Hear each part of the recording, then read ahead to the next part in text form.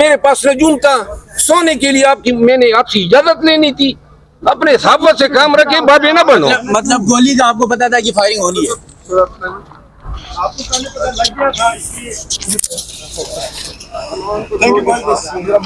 میرا خیال ہے اپنے اخلاقی دائروں میں رہے، زیادہ لغویات نہ کریں. ہاں آپ کو مسئلہ ہو جائے گا، بابے نہ بنے.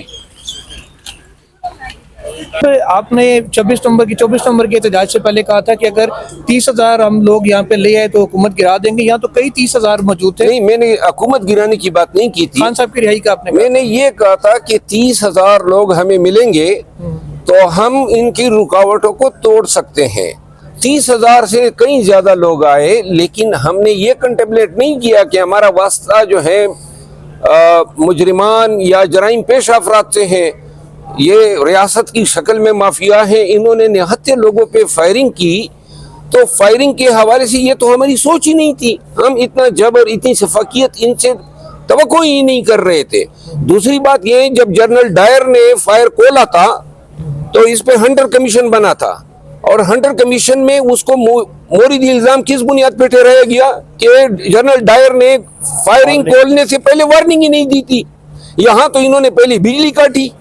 ہمارے کنٹینر جس کے ذریعے ہم رابطہ کر سکتے تھے اپنے ورکر سے، اس کنٹینر کو آگ لگا دی. علی امین خان بشرا بی بی پہ جو ہے انہوں نے اسٹریٹ فائرنگ کی اور کوئی وارننگ نہیں تھی. یہ تو سنائپر جو تھے بندوق بردار، انہوں نے چھتوں پہ مورچے لے کے تاک کے گولیاں ماری. تو ان کے ذہن میں تو یہ تھا ہی نہیں کہ انہوں نے ورکرز کو وارننگ دینی ہے. ان کے ذہن میں تو یہ تھا کہ لاشیں گرا کے ورکرز کو ڈرا کے تاکہ یہ جو ہے تتر بتر ہو جائیں.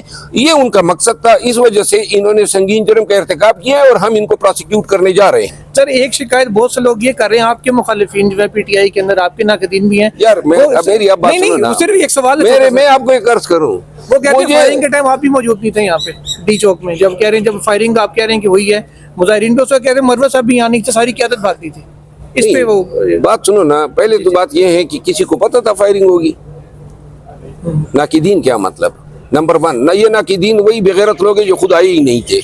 دوسری بات، یہ ڈی چوک سے پہلے جو ہے جو پارٹی نے میری ڈیوٹی لگائی تھی وہ یہ تھی کہ میں نے یہاں پہ جوائن کرنا ہے. ان کے ساتھ میں نے جوائن کیا اور ریلی کی قیادت کی. کلثوم اسپتال تک آیا، وہاں پہ مجھے یہ ڈیوٹی تفویض ہوئی کہ لوگوں کو ڈی چوک کی طرف بڑھنے نہیں دینا ہے. میں نے روک کے لوگوں سے خطاب کیا، ان کو منع کیا.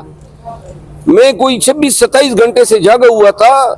میں 5:30 کے بعد میں چلا گیا سونے کے لیے.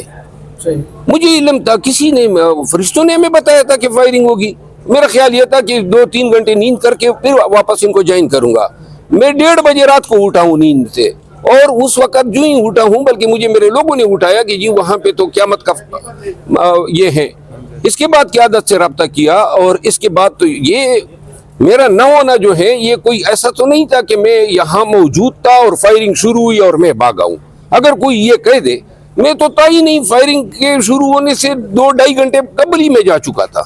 سر آخری سوال کہ پنجاب کی لیڈرشپ کیوں نہیں پہنچ سکی تھی؟ سوشل میڈیا پہ یہ آپ ان سے پوچھیں، ہر بندہ قافلہ لے کے نکل، بس وہ آپ ان سے پوچھیں. نہیں پہنچ سکی ہیں بیچاروں کو.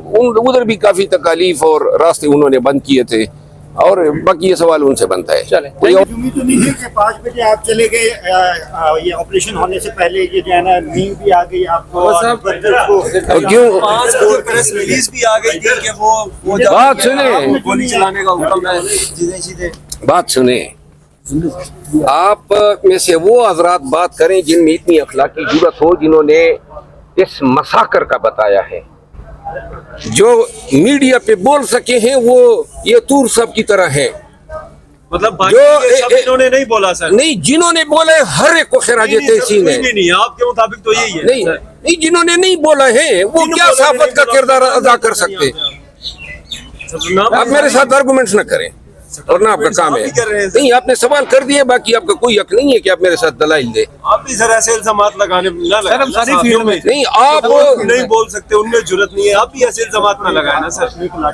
صحافیوں پر آپ مہربانی کریں، اس حد تک رہیں جہاں تک میرے پاس نجوم تھا سونے کے لیے میں نے آپ سے اجازت لینی تھی.